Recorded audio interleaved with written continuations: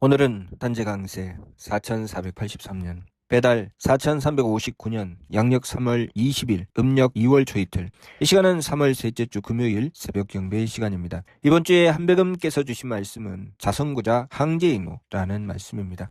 이 말씀은 삼일신구 신론에 나와 있는 말씀으로 하느님을 모시는 법에 대한 말씀입니다. 이 말씀을 풀어준 말씀이 삼일신구 진리운 말씀입니다. 성명정 삼진에 대한 말씀을 보면 진성과 진명과 진정을 이루었을 때 하느님께서 성명정 삼진을 주시고 그 성명정 삼진을 온전히 하여 진성, 진명, 진정을 이루었을 때 그 진성은 무선악이 되고 진명은 무청탁이 되고 진정은 무후박이 된다고 하셨습니다. 마음은 선악이 있고 유선악이고 기운은 청탁이 있고 유청탁이고 몸은 후박이 있고 유후박이라고 하셨습니다.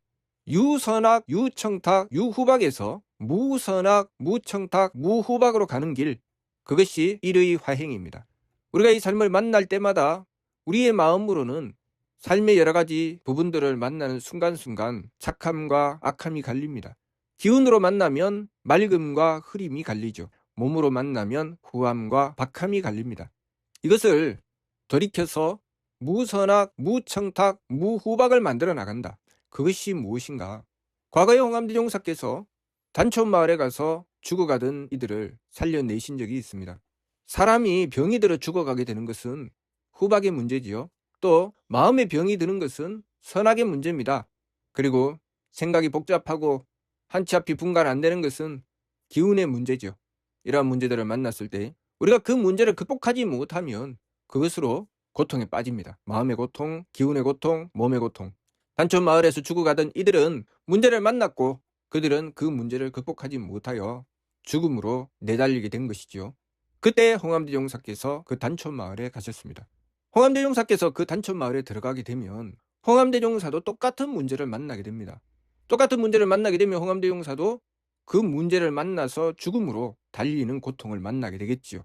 그런데 홍암대종사께서는 어떻게 그들을 살려낼 수 있었을까요?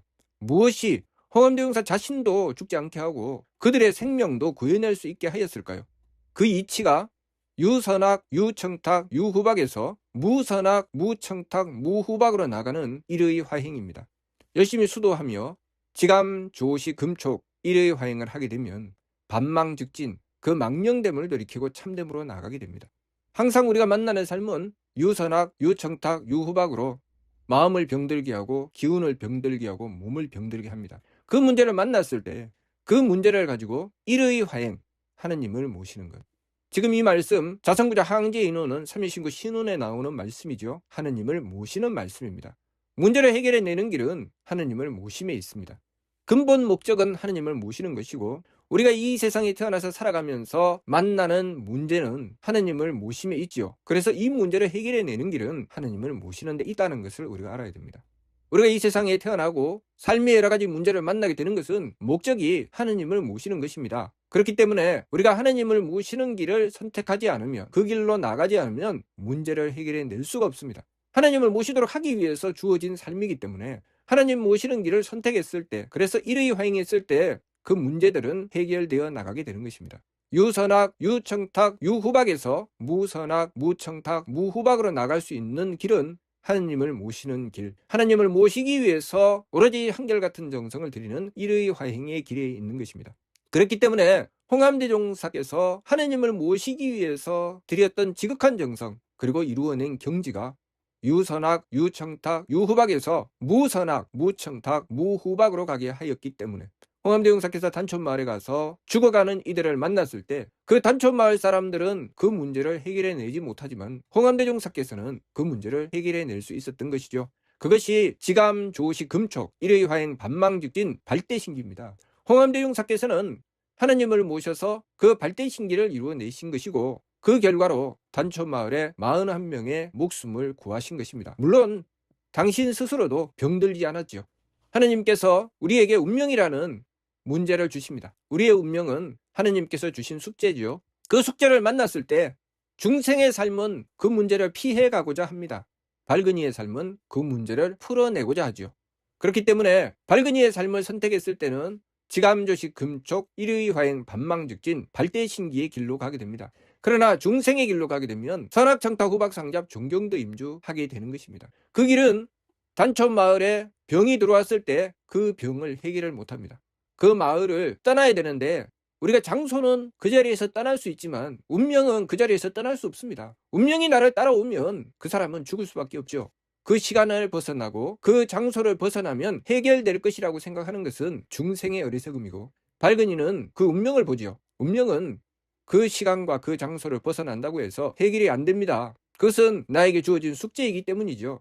그렇기 때문에 밝은 이는 피해서 도망가는 것이 아니라 그 문제를 만나서 해결하기 위해서 하느님 모시는 길을 선택합니다. 어차피 우리에게 주어진 삶은 목적이 하느님을 모시는 것입니다. 그렇기 때문에 우리가 그 길을 선택하여 지극하게 행하여 나가게 되면 그것이 문제를 해결해내는 길입니다.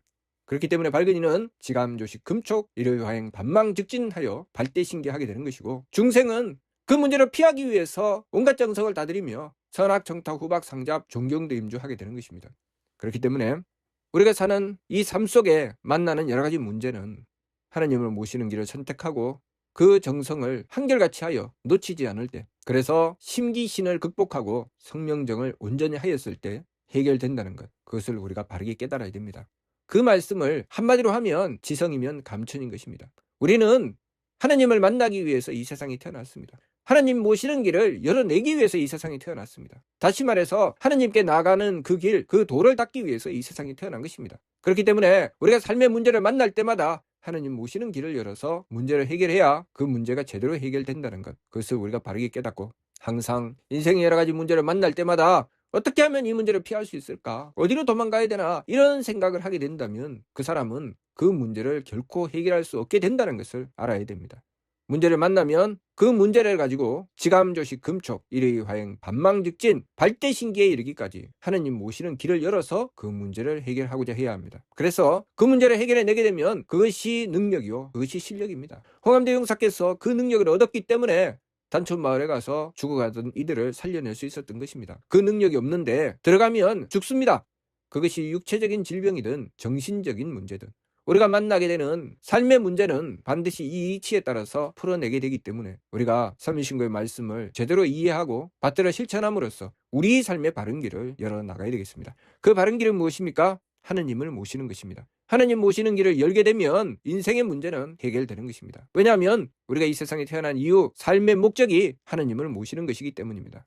그렇기 때문에 이번 주 말씀 자성부자 항제인호, 이것이 우리 삶의 목적임을 깨닫고 이 길을 향해서 지감조식 금촉 일요일화행 반망즉진의 길 정성으로 행하여 받들어 나가야 되겠습니다. 무슨 뜻인지 이해가 됩니까? 마치도록 하겠습니다.